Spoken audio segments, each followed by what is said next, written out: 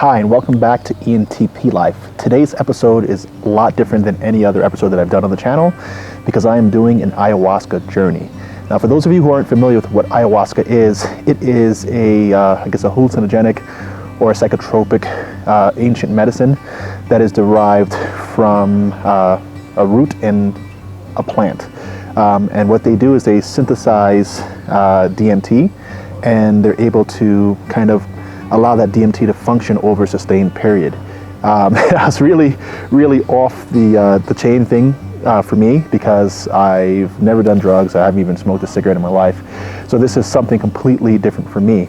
And I got introduced to the idea by one of my best friends, Ricardo. It was on his bucket list, and we had shared each of our bucket lists. And I said, you know what, I'll take him up on that, since that's something completely out of my comfort zone and what would be typical for me, right?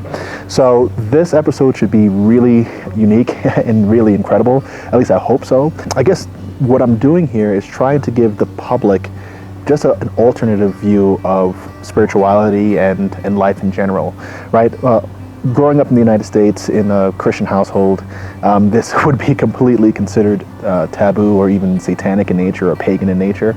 But these are the religions of the past, and in listening to how they express themselves, you could kind of see that this is something that, you know, is a universal undertone. Like, humans have a need to believe in something more than themselves. And for whatever reason, we keep connecting with this outside spiritual world, whether we call it God or we're seeking, you know, higher levels of consciousness.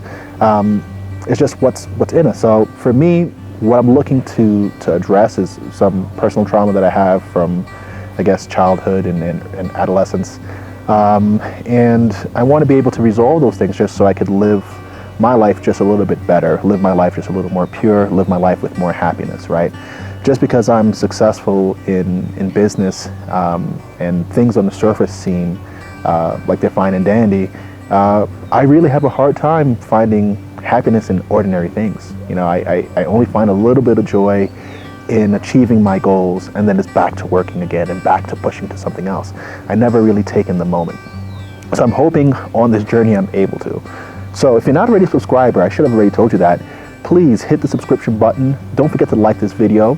And really, the majority of the time here on ENTP Life, we're talking about real estate and business and self-development. So I think this kind of falls in line with that. But this is a complete departure. This is something completely different. Hopefully it doesn't alienate any of the subscriber base, and it's just an opportunity to share. I also challenge you guys to kind of push the envelopes for yourself.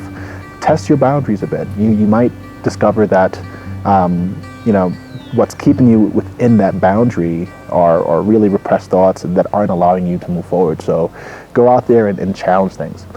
In this video, what we're gonna do, I'm actually gonna go back in time a little bit to kind of show you what was the setup for the journey, and check in from time to time and kind of capture the full spectrum and explain to you exactly what you could expect if you were to take one of these ayahuasca journeys yourself.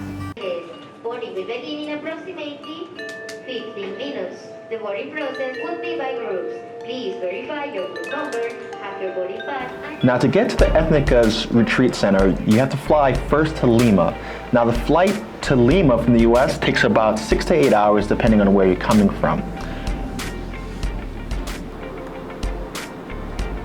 Now, from Lima to Cusco is another hour to hour and a half flight. Now, physical distance is not that far, but as you can see in the background there, we're in mountainous terrain, high elevation. So we have to fly over those mountains to get to Cusco.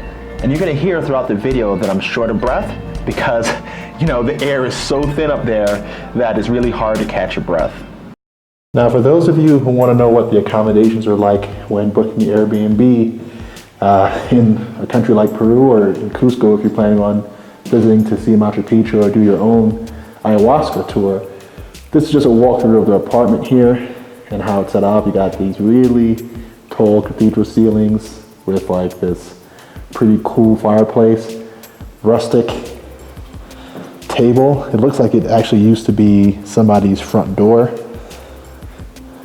Wood floors throughout, fairly nice kitchen. I really like the woodwork in this house because it's all natural, neutral colors, and it looks really cool. So it's like neutral colors, stonework.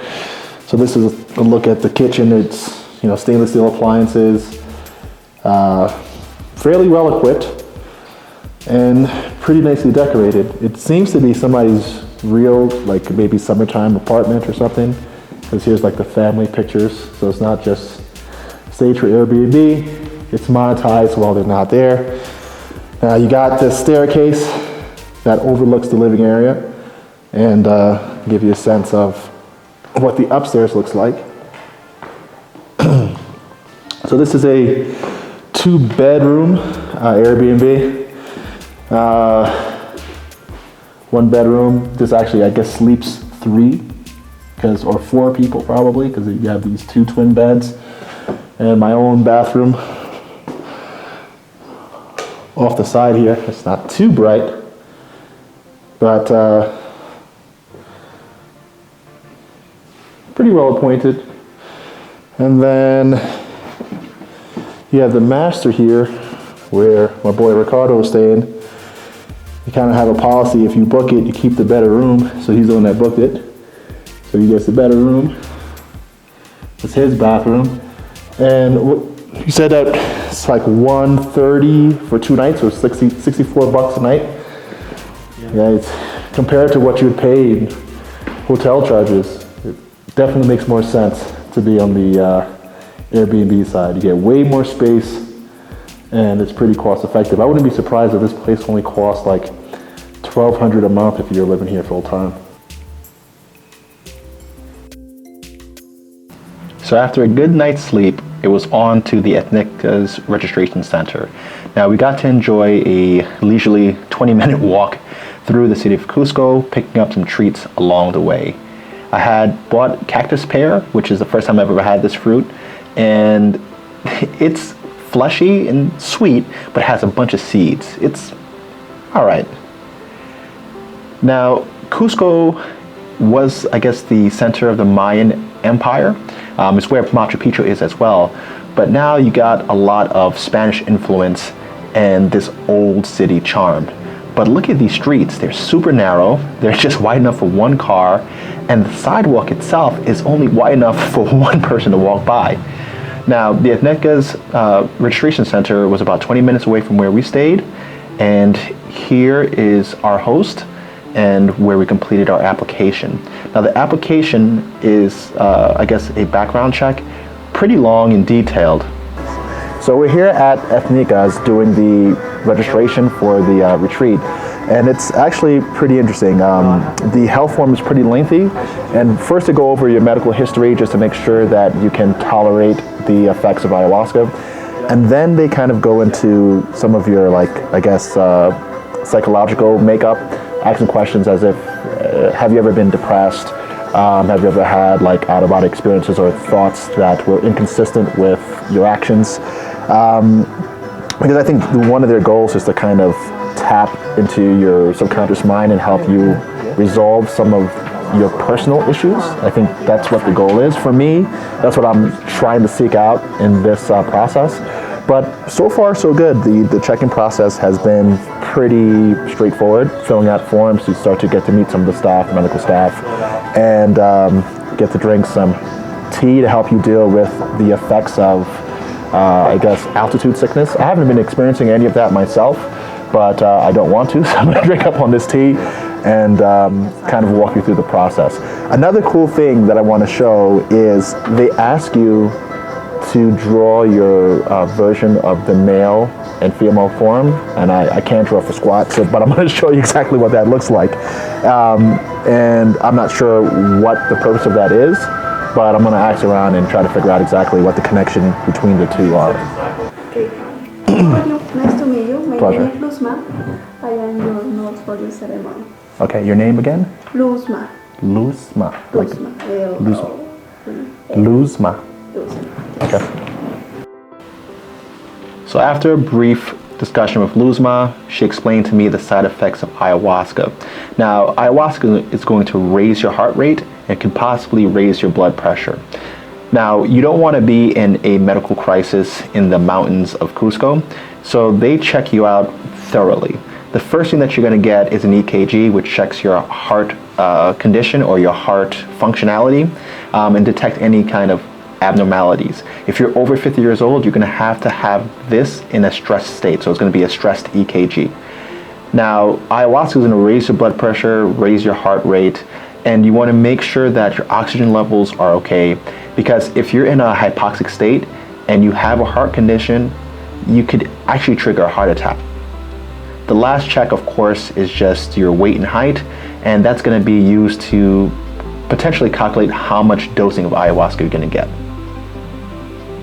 So after completing our registration and physical, it was time to eat lunch. Now, when you're preparing for ayahuasca, they advise that you have like a vegetarian to vegan diet, and within 24 hours especially. So we all settled on Greenpoint, which was highly recommended.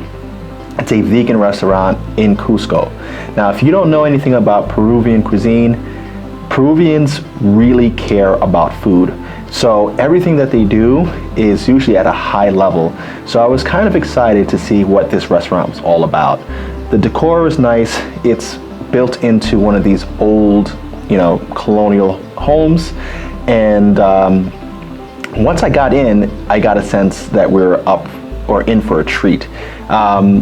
They had a nice spread of vegan desserts, and they had everything from lemon pie, brownies, cake, things that I didn't think were possible with vegan ingredients. And as the food started coming out, I was like, okay, this is gonna be really good.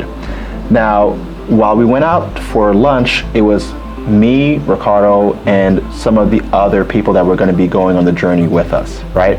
Now, here's just a sampling of what the food looks like. That was just a dish that was brought out for the table. Passion fruit juice that was freshly pureed. Vegan dumplings that came with 3 sauces. Now, one was like a mango sauce or like a fruity sauce. I think it was passion fruit.